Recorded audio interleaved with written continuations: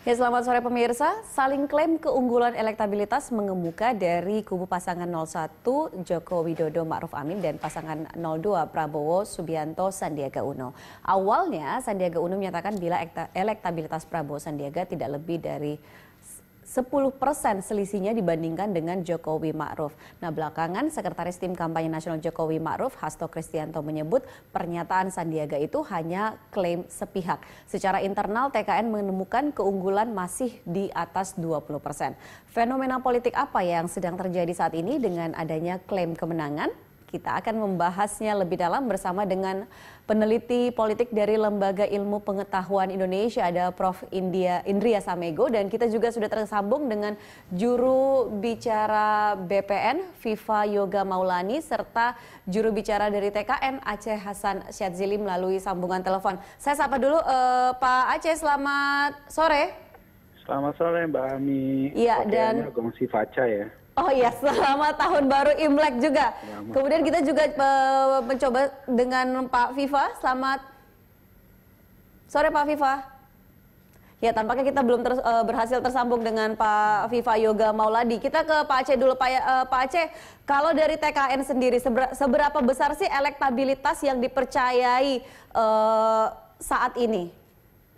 Iya, kami masih memiliki data internal yang menyatakan bahwa selisihnya masih sangat tinggi ya, yaitu sebesar 20%, sebagaimana juga disampaikan oleh para lembaga survei atau pollster yang memang selama ini dikenal memiliki kredibilitasnya, baik dari segi metodologi maupun dari segi hasilnya. Seperti misalnya dari mulai indikator politik Indonesia, lembaga survei Indonesia, Kompas, ya, kemudian Carta Politika, Populi Center gitu. Nah, jadi dengan berdasarkan atas hasil lembaga survei tersebut, maka kami meyakini apa yang menjadi hasil dari lembaga survei itu memang masih pada kisaran antara 35% kubu Prabowo atau kubu 02 dan kita 55%. Oke. Dan itu menurut kami adalah survei yang dikenal kredibilitasnya dan sifatnya valid gitu. Oke, lantas seperti apa tanggapan dari TKN sendiri mengenai klaim yang lontarkan oleh kubu sebelah seperti itu, yang mengatakan bahwa mereka percaya saat ini selisihnya itu hanya single digit, 1 digit saja, Pak Aceh? Iya, kalau misalnya mereka memiliki klaim seperti itu, ya itu hak mereka ya. Apalagi kalau misalnya didukung oleh lembaga survei yang selama ini sudah terlihat rekam jejaknya gitu. Jadi ya buat kami ya terserah saja, tapi tentu kami berharap itu bukan untuk membohongi diri sendiri gitu ya. Baik. Sebagai upaya untuk memacu semangat para pendukungnya, saya kira apa yang dilakukan oleh kubu 02 yaitu sah-sah saja ya. Saya ke Pak Indria. Pak Indria, ini kalau melihat adanya saling klaim elektabilitas antara kubu 01 dan juga kubu 02 ini, seharusnya kita bisa memaknainya seperti apa? Ya, catatan pertama adalah bahwa kelihatannya kampanye akhir-akhir ini berbeda jauh sekali dibandingkan kampanye masa lalu. Artinya karena di masa lalu tidak based on data. Yang sekarang dasarnya data. Walaupun tadi Bung Aceh juga memberikan catatan, kredibilitas, kualitas dari sebuah survei itu harus diperhitungkan.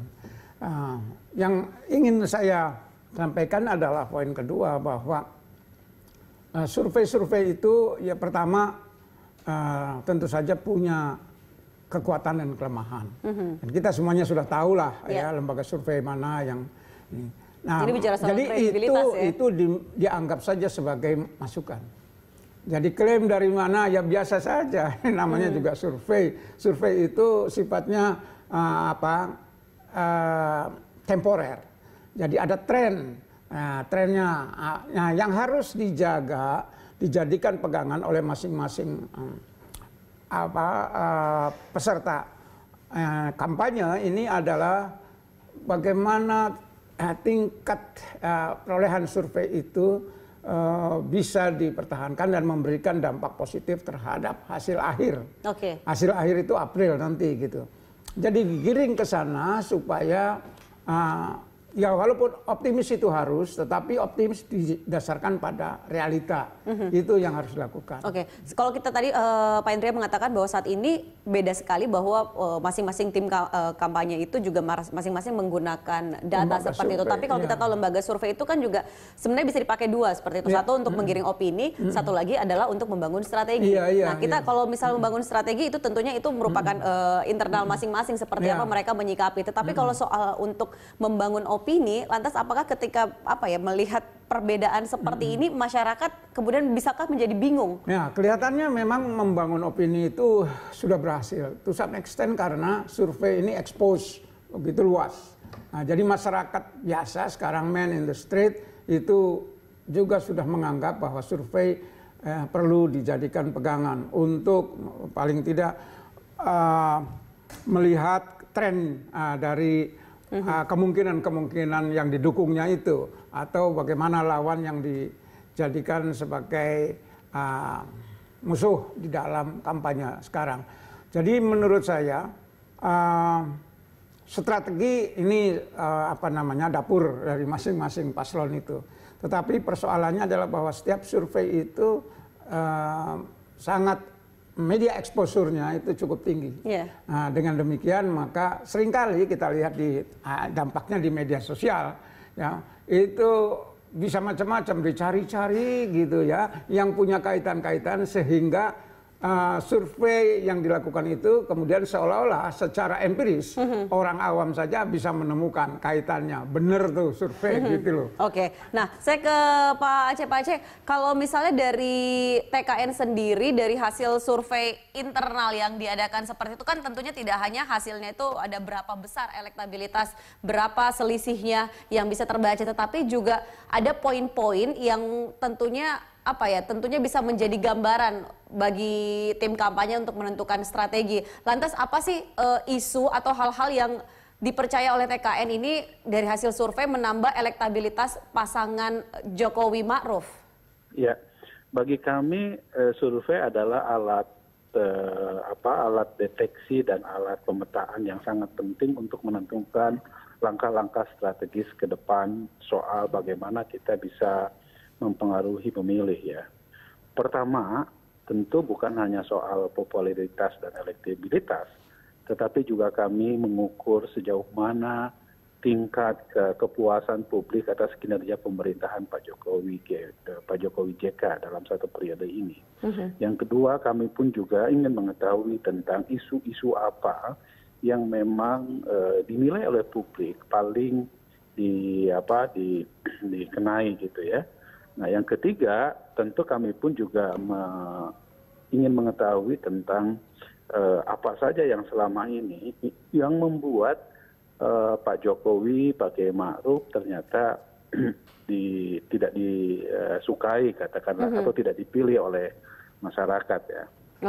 Nah, dari tiga hal tersebut, pertama saya perlu jelaskan kalau dari segi popularitas dan dari segi elektabilitas kami sangat meyakini bahwa Pak Jokowi insya Allah seperti yang tergambar di dalam berbagai survei masih unggul dan unggulnya tersebut selisihnya sampai 20%.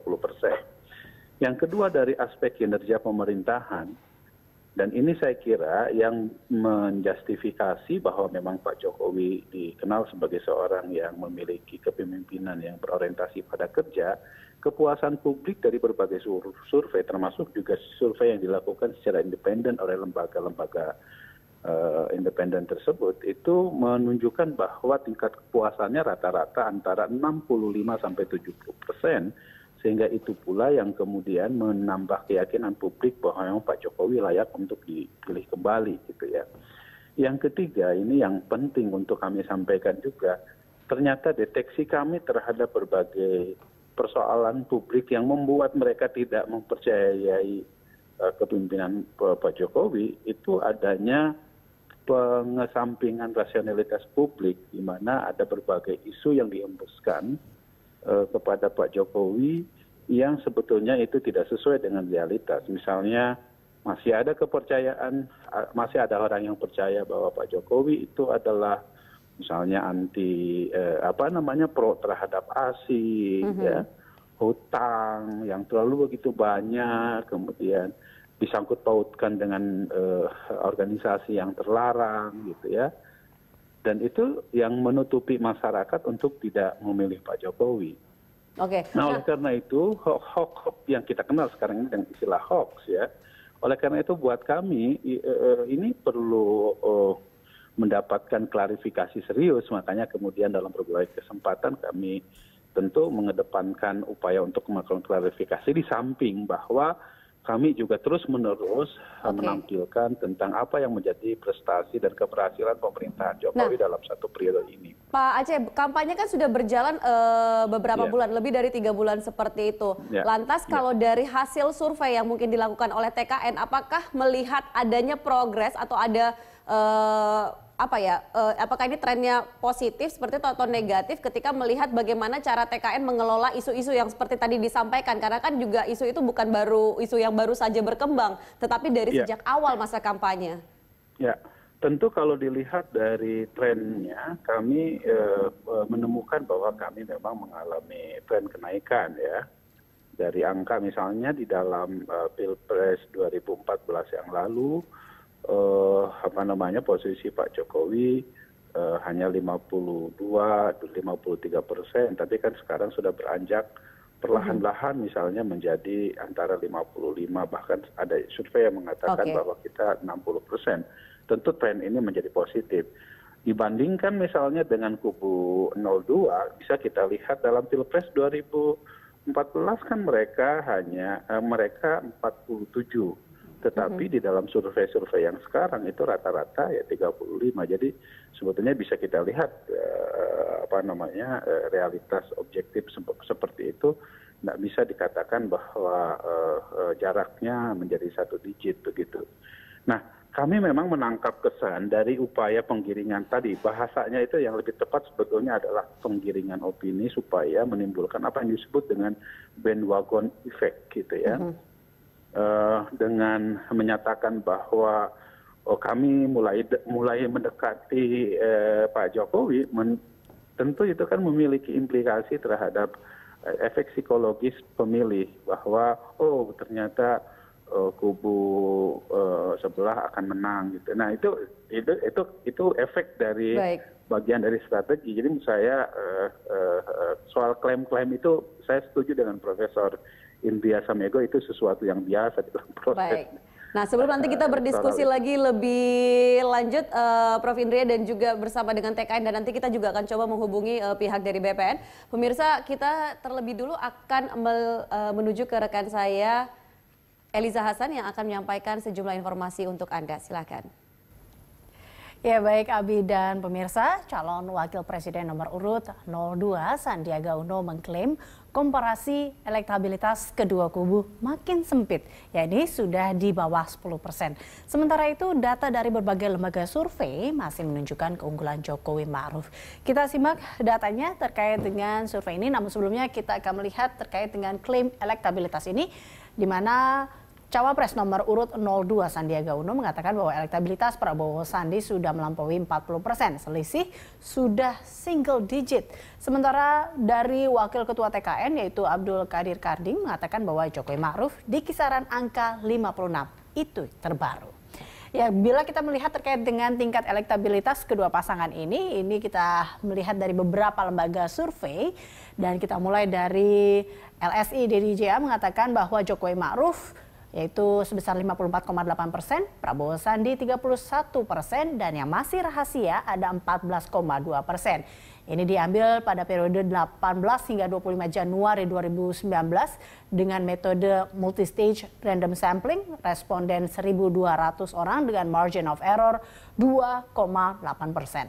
Selanjutnya kita akan melihat hasil survei lainnya, kali ini dari Carta Politika yang mengatakan bahwa Jokowi Ma'ruf dengan tingkat elektabilitasnya adalah 53,2%, Prabowo Sandi 34,1%, dan yang belum memutuskan atau tidak menjawab adalah 12,7%.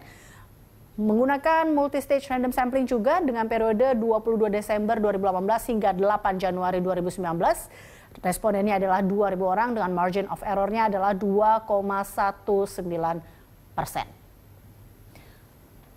Berikutnya dari indikator politik Indonesia, kita lihat di sini tingkat elektabilitas untuk kedua pasangan Capres maupun Cawapres, Jokowi Ma'ruf, masih berada di angka 50 yaitu 54,9%. Sementara Prabowo Sandi 34,8%. Ya, ini yang belum menentukan pilihan yaitu 9,2% dengan periode 6 sampai dengan 16 Desember 2018 dengan metode multi-stage random sampling. Respondennya juga 1.220 dan margin of error-nya 2,9%. Selanjutnya kita akan melihat terkait dengan langkah memenangi Pilpres di 2019 ini. Ini dia langkahnya. Ya, beberapa langkah memenangi Pilpres 2019 adalah penguasaan suara pemilih di Pulau Jawa dan Sumatera. Ini berdasarkan dengan Pilpres 2014 lalu, di mana suara pemilih di Pulau Jawa dan Sumatera sebanyak 78,5%. Dan penguasaan suara pemilih muda atau generasi Z dan milenial, ini ceruk pemilihnya tersebut memiliki sumbangan suara sebesar 52% di Pilpres mendatang. Dan selanjutnya terkait dengan penguasaan suara di pemilih Muslim. Saat ini umat Muslim memiliki suara sebesar 87,6% di Indonesia.